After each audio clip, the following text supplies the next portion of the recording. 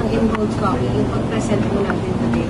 And today, pinirmahan namin yung what we call reconciled version. So ito yung pinapakita kanina. Pero hindi pa yan yung batas. In fact, pag tinransmit namin bukas sa Malacanang, pwede pa silang mag-veto ng provisions there. No, yung kaya yung kanina, hindi pa yung final version. Sir, out of 23 BICAM members, 11 lang yung tumatay. So may ibig sabihin po ba yun? Walang ibig sabihin. Wag natin lagyan ng ibig sabihin yun. Hindi lang sila nakapunta. Kung nakikita nyo, kung nasundan nyo naman yung BICAM process, hindi rin lahat nakapunta. Iba nakapunta, iba hindi nakapunta. So walang ibig sabihin yun. In fact, we allowed e-signatures. So may pinadala na silang mga authorization letter para sa e-signature. So wag natin lagyan ng kulay yung hindi nila pagpunta. Lahat po ng 23 members pumirma sa BICAM report. No, ang BICAM report is only 11 conferees. So hindi 23. Saan can you confirm kung sino-sino po yung nagpadala ng authorized at e-signature? Yung mga hindi nakapunta nagpadala ng authorization for the e-signatures. Sino-sino? Hindi ko matandaan ngayon exactly, no, pero meron ng Center Villar, Center Camille, at hindi ko pa nakita yung kompleto. Si Senator Bato, sir, nagpadala ng... Hindi ko pa nakita yung kompleto. Hindi ko pa nakita. Pero ang usapan namin, pwede silang mag-e-signature basta may authorization. Sir, lahat ng special provisions ng SESA po sa bayan? One way or the other. Sa dami ng special provisions at general provisions, hindi namin kayang mapasok lahat. But one way or the other, napasok sila. So yung anti-EPAL special provision? Napasok yun. Na-carry yun. And yun ang isa sa mga introduction ng Senate. Nasa Senate third reading version yun. So may ano pong yung hindi nakapasok? Hindi ko matandaan lahat sa dami, no? Yung mga notable, marami kasing hindi naman notable, it's just styling or isa minerge namin. So, hindi ko matandaan yung mga hindi notable na hindi napasok. Sir, when you said 11 conference, sa ano yun? Conference sa... BICAM. Yes, sa Senado. Both houses. Sa Congress yata is 12 yata sila, no? I'm not sure, mga 12 sila, sa amin 11. I think we're one member short. Sir, sa January 5 daw, pipirmahan yung Pangulo. Are you okay na po kayo? Tinitingnan ko kasing calendar. So, January 1 is a holiday, January 2 is a holiday. So, wala naman significant government activity.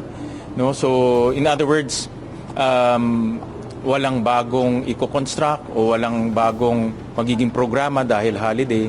So, dahil madidelay siya ng 5 days, hindi ko nakikitang magiging significant impact sa ating ekonomiya dahil holiday naman yung 2 days. Plus, dahil nga bukas lang matatransmit to sa executive, kailangan talaga nila ng almost 1 week para mapag-aralan mabuti, matignan lahat ng provisions. Most importantly, makita nila yung mga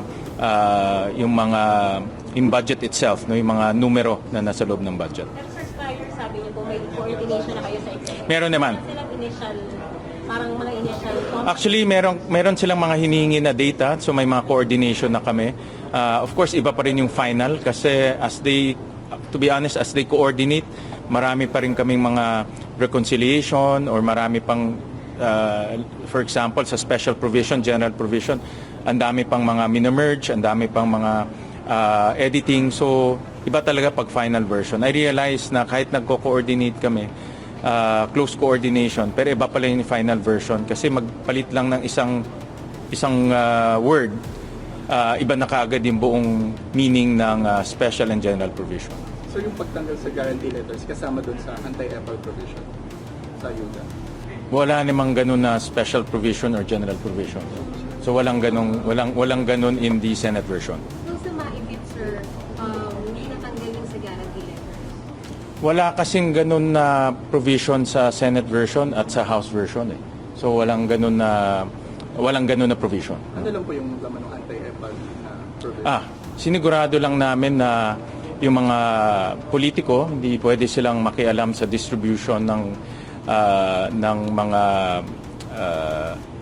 cash aids, ng mga ayuda galing sa gobyerno. So sinigurado lang namin na covered lahat ng mga politiko at yung mga representatives nila. Hindi rin sila pwedeng maglagay ng mga tarpaulin or paraphernalia during the distribution, at sinigurado rin namin na ang agencies maglalabas sila ng guidelines tungkol dito. So meron provision doon para i-operationalize to. Sir, yung final safeguards ng farm-to-market roads, ano po yung napagkasunod? There are 9 safeguards sa farm-to-market roads. Ang pinaka-importante doon, 100% ng mga farm-to-market roads, all 4,000 items, merong coordinates.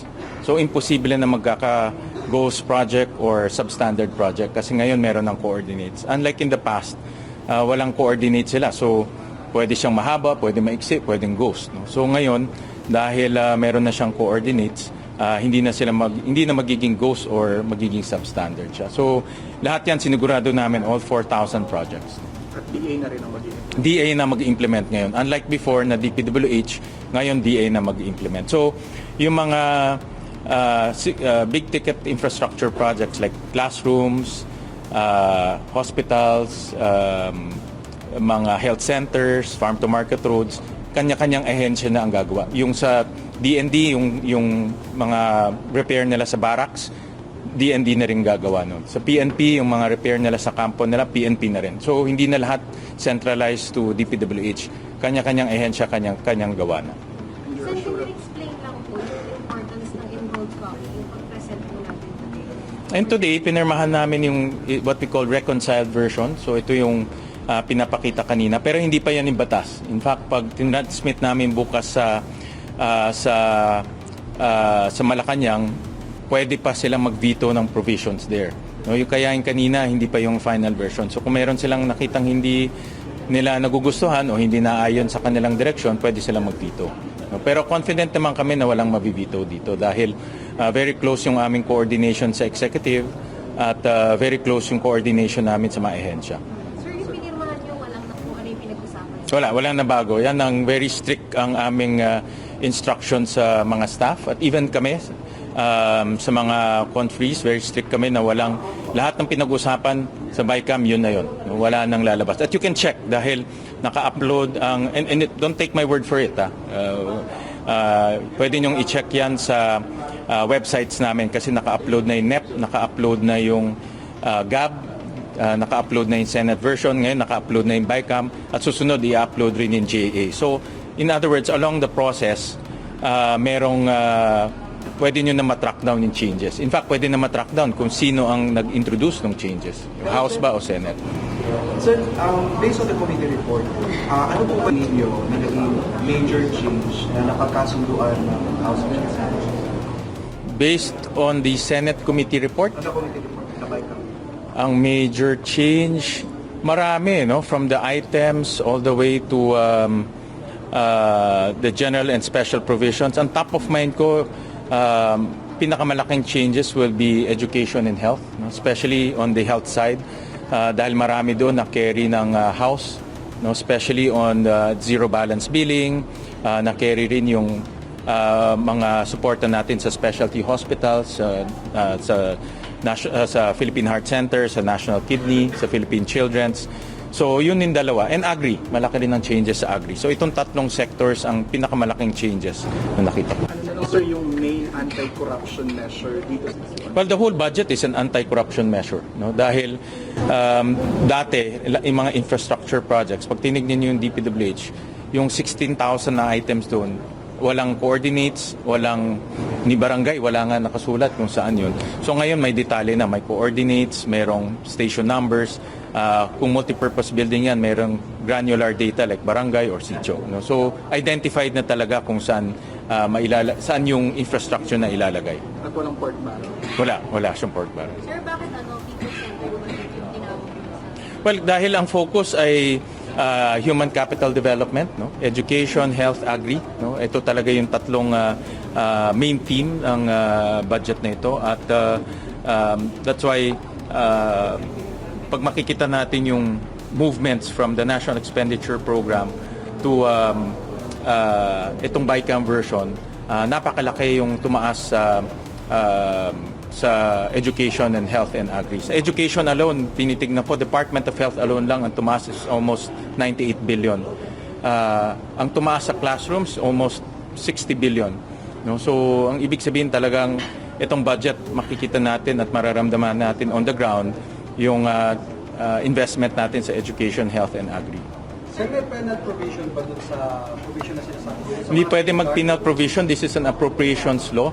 So, hindi pwedeng maglagay ng penal provision. So, yung penal provision will be in the relevant laws. No? So, pwede lang, we have to remind everyone, ito appropriations law ito eh. So, hindi pwedeng maglagay ng mga provisions dito on penal or penalty dahil hindi naman siya kasama doon sa appropriations. But, pwedeng gamitin ng mga existing law for the penal provisions.